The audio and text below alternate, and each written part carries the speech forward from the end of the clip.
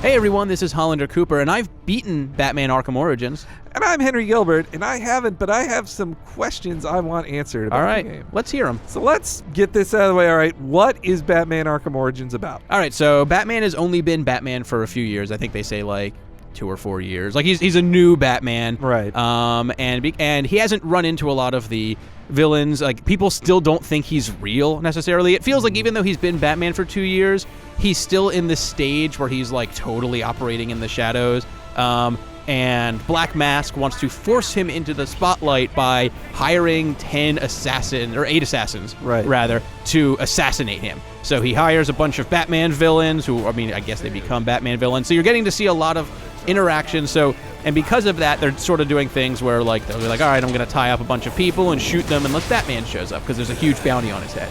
So Batman is forced to go confront all of these people on Christmas in a blizzard in the middle of Gotham. And so that's pretty much the story. You get to interact with Alfred more. And the Batcave is... Yeah, the Batcave's a part of the game, though it's not a very important part of the game. It's just sort of like a needless hub that is used to go to every so often and get super lost while looking for basic things. Yeah, and so you mentioned all those characters, and this game features a lot of new voices for those characters too. So yeah, most of them. Those? Yeah, most of the characters are fine. That's just like they got random people to play characters you haven't heard of because they kind of had to dig deep to find people to fill out the roster of 8 assassins. Well, because they've covered so many villains in the first 2 exactly. games. So this one, it's like, oh, how's the voice actor who does the electrocutioner? It's like, I don't know, fine. He just kind of mumbles. I don't really care. But the main new voices is Batman is no longer voiced by the amazing voice actor who did him in the cartoon. Instead, he is Robert Craig Smith, who is Sonic the Hedgehog's voice actor. I'm not playing games, Slade. Oh wow! I always Ezio. Ezio, yeah. He did Sonic. He does an okay job. It sounds like he's doing an imitation. Yeah, for the videos I've watched, it just sounds like they said imitate Kevin Conroy. Though I feel a little bit of Christian Bale is in there. Of like Christian Bale. It feels like it's a mix of Kevin Conroy and Christian Bale, and it just ends up sounding kind of tired and dull. He doesn't sound like he has his heart in it. Like the character goes through some of the same things that Batman in Arkham City goes through, where he's being really stubborn, and Kevin Conroy turned that into like a really compelling thing where you actually felt like it was a flaw. Yeah. And it was interesting. And in this game, he just kind of sounds stubborn and bratty. But even more important is that, so the Joker is in the game. He has a role that I'm not going to spoil, but it's interesting. And Mark Hamill is not back to voice him. Instead, Troy Baker is. And I think he does at least as good of a job as Mark Hamill. Wow, that's big talk. I know, but it's true. It's a younger Joker, so he has the right to be a little different, and it is a little different. It doesn't sound like he's doing an imitation. It just sounds like if you take Mark Hamill's Joker as that's what the Joker's voice sort of is, like just that tone, the fluctuation of like really serious to really creepy, he does that so well.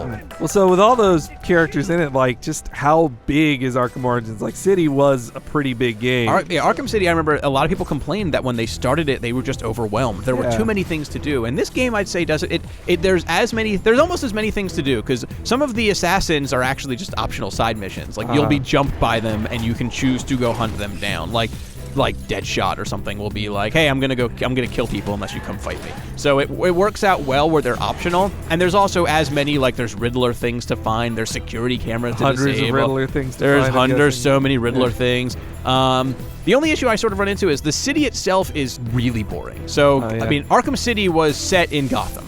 Like it was Gotham, but Gotham fenced off to a prison. To a prison state. This is just, it feels almost exactly the same, except there are less spotlights. There's still like and it honestly it feels much smaller. The map looks big. There's like a big upper side and a big lower side and a bridge that connects them, but you never feel like you're more than a glide away from the bridge. And that bridge landmark, you have to pass through a lot. So at any given point, it just feels like you're on the opposite side of a building from the bridge or right next to the bridge. It just never feels like a real city. And they use the excuse of like, well, it's a blizzard and there's a curfew. But that doesn't explain why it's just lifeless. None of the buildings have any personality. Well, this has, unlike Arkham City, this does have fast travel, right? Did you use it all that much? I did, because it was still, like, when you do have to cross the bridge after the first few times, it's just monotonous, like, because you just you jump, and then you use your grapnel gun, and you fly over the bridge, and also, it does what Arkham City did really well, where the gameplay is pretty much, like, if you beeline through the story, it's not that long of a game, but the game is in its distractions, and you're going to spend so much of the game being like, they also added in like the crime in progress thing, which is just, there's a crime in progress, go solve it for experience, and you get a bunch of experience and you can level up. And there's also this thing that there's like a bunch of challenges. One is based on your fighting, one is based on your predator skills, one is based on just navigation, and it's almost like their game has another like 200 achievements that all give you in-game rewards, and I obsessed over those. And though it gives you reason to do all this stuff, it'll be like, oh, use a smoke bomb to sneak up on someone, and it's like, well, I wasn't planning on it, but look, there's a guy up there I can use it on. So that's the thing it does really well. So with all that stuff, though, does it end up feeling like bloated, or like there's too much? A little bit. You start with a lot of weapons and gadgets, like a lot of them. They don't dole them out that slow. Like, you start with a lot, and then they give you a lot more, and it really feels like you have way too many gadgets to start, and by the end you just won't end up using a lot of them. Well, did they add a lot of new ones for this? They had a few. They had the remote claw, which is cool because it lets you like stick two things together and then they zip together, and if it's sort of like Just Cause. It's pretty much Just Cause. But the things they add don't feel all that exciting, and it just feels like the game should have maybe focused. I mean, it's an origin story technically. It's earlier in the thing. Maybe his utility belt isn't overly stuffed with gadgets. Maybe he doesn't have 10 things to use to get it, and it makes it turn into this problem where some of the puzzle solutions are, oh, just use your bat claw to pull this grate open. But because you have so many things to choose from, you'll overthink it because you have so many different, like, oh, maybe I have to use the smoke bomb here, maybe I have to explode this, maybe I have to create a line to cross here. Oh, there's just a door I missed. One last thing about that, did you find yourself like operating in detective vision a lot, or not as much as I did in Arkham Asylum, but probably about the same as I did in Arkham City. You're going to use it a lot because it's helpful, but they've definitely improved it over the years, where it's not mandatory to every situation. Okay, all right, and so last, like, this is multiplayer for the first time in a Batman game. And we've actually, you did have a chance to play the multiplayer. Yeah, you and I, we both played it some. Right, so the multiplayer, it's there's two teams, well, there's three teams. There's Bane's thugs versus Joker's thugs, and they play out sort of Gears of War-y, I'd say. Definitely. And then the wrench in the works is Batman and Robin, who get to fight together to try to take down the other thugs. Yeah, it's an interesting third-party system, I thought, but like, when it's just thug on thug, it's just a Gears clone, and it's good at that. Yeah. It's good at being that, but it's not, wouldn't replace Gears on my list. It's a Gears clone where you actually have to look up. Yeah, but so when Batman is hanging around, that makes it a little more difficult, though Batman is definitely like, if you shoot Batman 4 times, bats.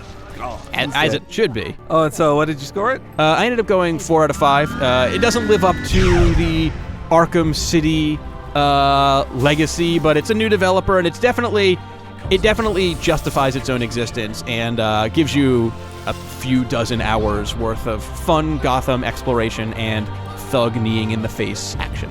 And you can check out the full text review and plenty of other Batman related content on GamesRadar.com.